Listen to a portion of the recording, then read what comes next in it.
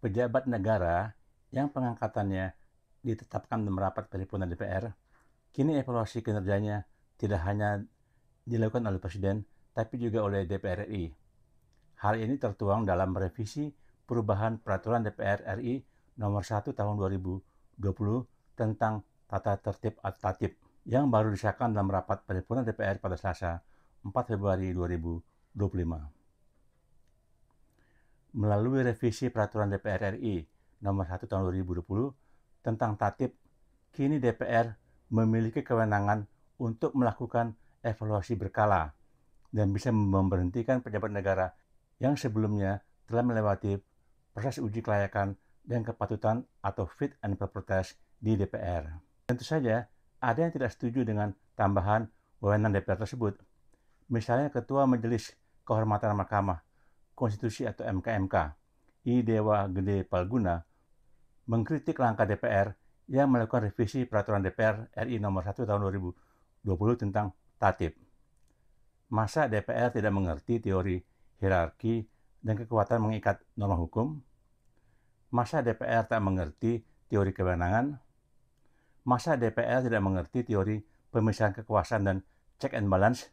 Ujar Palguna saat dikonfirmasi Rabu 5 Februari 2025. Menurut dia, jika sesungguhnya DPR mengerti atas hal-hal yang disebut Palguna, tapi tetap melakukan revisi tatip, berarti mereka tidak mau negeri ini tegak di atas hukum dasar, tetapi di atas hukum yang mereka suka dan mau dan mengamankan kepentingannya sendiri.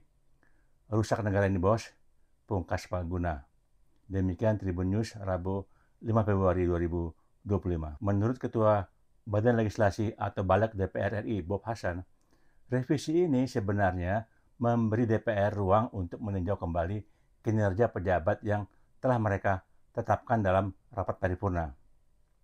Jika dalam evaluasi ditemukan kinerja yang tidak memenuhi harapan, DPR dapat memberikan rekomendasi pemberhentian. Dengan pasal 228A diselipkan, DPR memiliki kewenangan untuk melakukan evaluasi terhadap jabatan calon-calon yang sebelumnya dilakukan fit and proper test melalui DPR.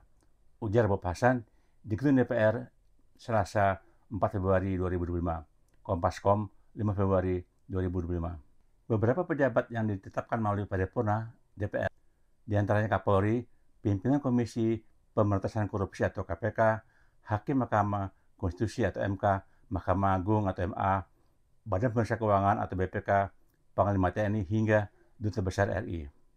DPR sudah menetapkan tata barunya. Kini rakyat akan monitor apakah tambahan kewenangan DPR tersebut benar-benar akan dilaksanakan secara objektif. Jangan-jangan hanya akan dimanfaatkan sebagai alat untuk mempertinggi daya tawar DPR saja. Maklum, kepercayaan rakyat saat ini masih tergolong rendah pada DPR. Hal ini ditunjukkan oleh hasil survei penelitian dan pengembangan atau Litbang Kompas pada Jumat 24 Januari 2025 yang merilis citra tingkat survei positif 10 lembaga negara. Berikut daftar 10 citra positif lembaga negara sebagaimana dimuat Gloria News 24 Januari 2025 sesuai urutannya. Pertama, Tentara Nasional Indonesia atau TNI dengan nilai 94,2%. 2. Badan Pengawas Pemilu atau Bawaslu 81,6%. 3. Komisi Pemilihan Umum atau KPU 80,3%. 4. Dewan Perwakilan Daerah atau DPD dengan nilai 73,6%. 5. Komisi Pemberantasan Korupsi atau KPK dengan nilai 72,6%. 6. Kejaksaan Agung 70%. 7. Mahkamah Konstitusi atau MK 69,1%. 8. Mahkamah Agung atau MA 69%. 9. Dewan Perwakilan Rakyat atau DPR dengan nilai 67%. Terakhir nomor 10 Polri 65,7%. Dalam survei Litbang Kompas ini, citra positif TNI menempati urutan teratas nomor 1 dengan nilai 94,2%.